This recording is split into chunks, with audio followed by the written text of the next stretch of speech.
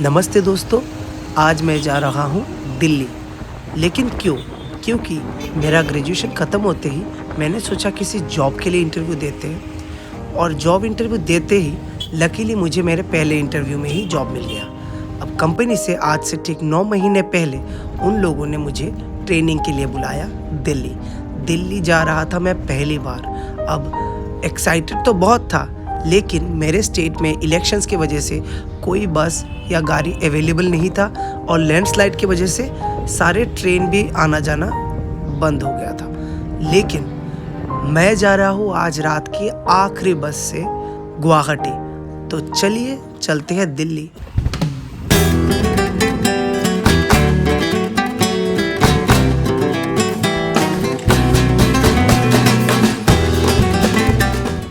गुवाहाटी से दिल्ली तक जाने का मेरा फ़्लाइट रात के 11 बजे है। अब तब तक मैं गुवाहाटी क्या करूं, जबकि मैं पहुंच गया था गुवाहाटी जाके सुबह के 10:30 बजे। मैं चला गया अपने टूटू दादा के पास।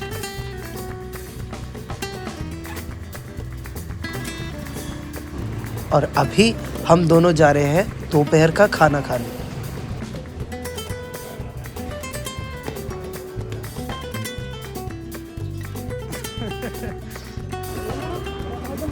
टूटू दादा का पोस्टिंग गुवाहाटी में है, तो मैं आके इधर इसके साथ पूरा दिन रह गया और शाम को ये मुझे लेके चला गया इसके साथ। तब मुझे कुछ पेपर्स जेरोक्स करवाने थे, तो वो सारे काम ख़त्म करके मैं उसके साथ चला गया उसके पुलिस स्टेशन और वहाँ से अभी रैपिडो लेके मैं जाऊँगा एयरपोर्ट। उससे पहले हम थोड़ा खाना पैकिंग करवा लेते हैं, क्योंकि मेजदा भाई ने कहा है कि एयरपोर्ट में खाना बहुत महंगा होता है, तो खाना हम बाहर से लेके चले जाते हैं। अभी ये मेरे लिए एक उबर वाले भैया से बात करता है और उनसे भेजता है मुझे एयरपोर्ट की तरफ।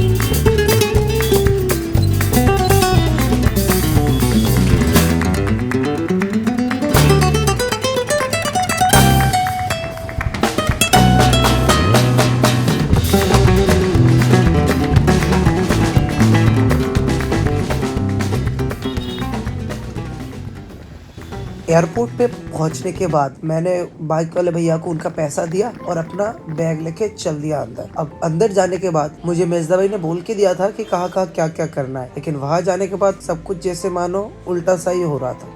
लेकिन उन लोगों ने जैसे मुझे गाइड किया, मैं वैसा वैसा करता गया। अपना सामान सारे स्कैन करवाया, वेट करवाया, अपना टिकट दिखाया, फिर बोर्डिंग पास बनाना होता है वो भी कराया। फिर हर सारे वेरिफिकेशंस के बाद, सारे जितने भी उन लोगों का चेक करने का होता है, सब कुछ हो जाने के बाद मैं अंदर जाके बैठ गया और बस यही सोच रहा था कि बचपन से आज भी जब भी कोई फ्लाइट निकलता है ऊपर से या फिर उसका आवाज आता है, तो मैं घर से भाग के बाहर जाता हूँ, देखता हूँ कहाँ से जा रहा है। और आज पहली बार मेरा 3 घंटे का फ्लाइट है, मैं आसमान में उड़ने वाला हूँ, तो बहुत ज्यादा एक्साइटेड था, मैं बहुत ज्यादा खुश था। मैं घर में फोन कर रहा था, माँ डर रही थी और मैं उनको अपना एक्साइटमेंट बता रहा था कि मैं कितना खुश हूँ कि कितना टाइम मैं ऊपर हवा में रहूंगा। हर फर्स्ट एक्सपीरियंस का अलग ही एक्सपीरियंस होता है। फ्लाइट में अभी भी 2 घंटा टाइम बाकी है, सो मैं उधर ही एक साइड में बैठ के वेट करता हूँ, खाना खाने लगता हूँ क्योंकि भूख भी लगता है। लेकिन मैं पूरा नहीं खाता क्योंकि बस में मेरे को कभी कभी उल्टी आ जाता था बचपन में। अभी अगर फ्लाइट में गया और फ्लाइट में कुछ इशू हुआ तो मैंने डर के ज्यादा खाना नहीं खाया और मेरे को खुद पे हंसी आ रहा था कि कैसे बच्चों वाले हरकत कर रहा हूँ मैं। A few moments later.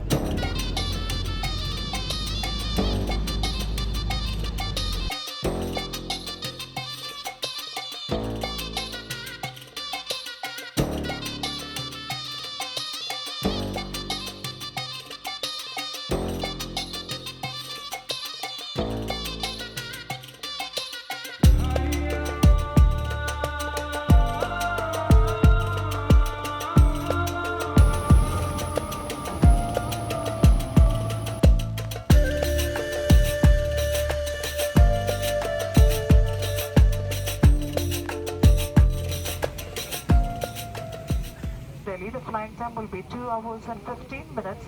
The flight is under the command of Captain Varun Gupta and First Officer Anshu Sharma. Your cabin team today is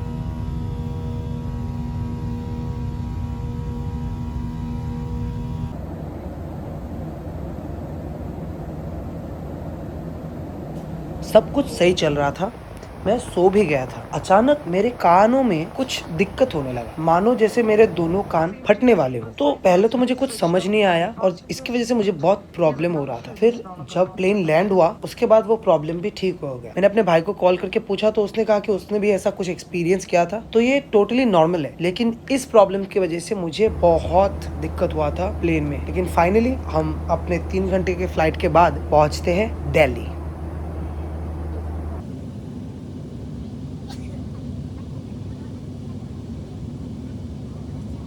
अपने कुर्सी पे बैठ रहे और कुर्सी की पेटी बांधे रखे। स्पाइसजेट के साथ यात्रा करने के लिए धन्यवाद। जय हिंद। Welcome to Delhi Indira international airport. The temperature outside is 28 degrees Celsius. Even I use mobile phones.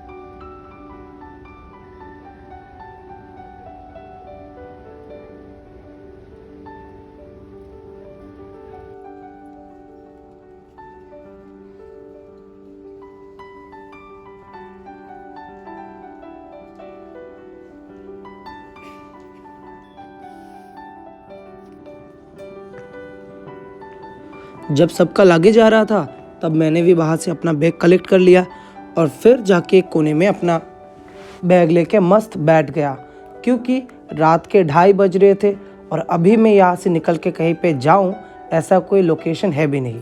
तो मैंने बस वहीं पे बैठे रहने का ठान लिया।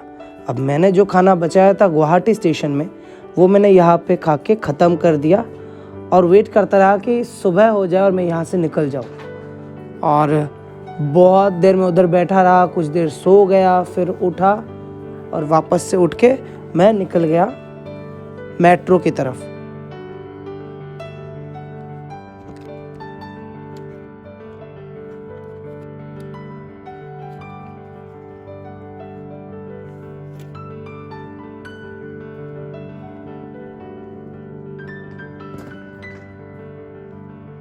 अब यहाँ से निकलने का रास्ता मुझे मालूम नहीं है, तो बहुत ढूंढने के बाद मुझे निकलने का रास्ता मिला। फिर मेट्रो पे गया तो वहाँ पे कोई नहीं था, पूरा खाली था। लेकिन मुझे अभी भी यहाँ से गुड़गांव पहुँचना था। अब गुड़गांव जाने के लिए मुझे मेट्रो चेंज करना पड़ेगा और यहाँ में ना कुछ अलग ही फॉर्मूला चलता है, कुछ कलरफुल लाइंस का। तो मुझे वो समझ नहीं आया, तो मैंने इनसे मदद मांगी, क्योंकि मेट्रो में और कोई था भी नहीं और इन्होंने मुझे बहुत अच्छी तरीके से समझा भी दिया। और फिर मैं वहाँ से चल दिया अपने दूसरे लोकेशन की तरफ जहाँ तक मुझे पहुँचना था।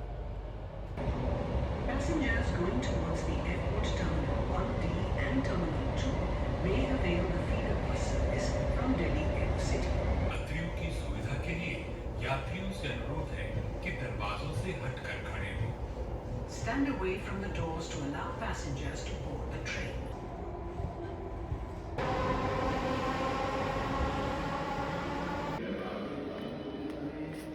गुड़गांव पहुंच तो गया, लेकिन अभी मुझे उस बिल्डिंग तक जाना है जहां पे मुझे आज बुलाया है।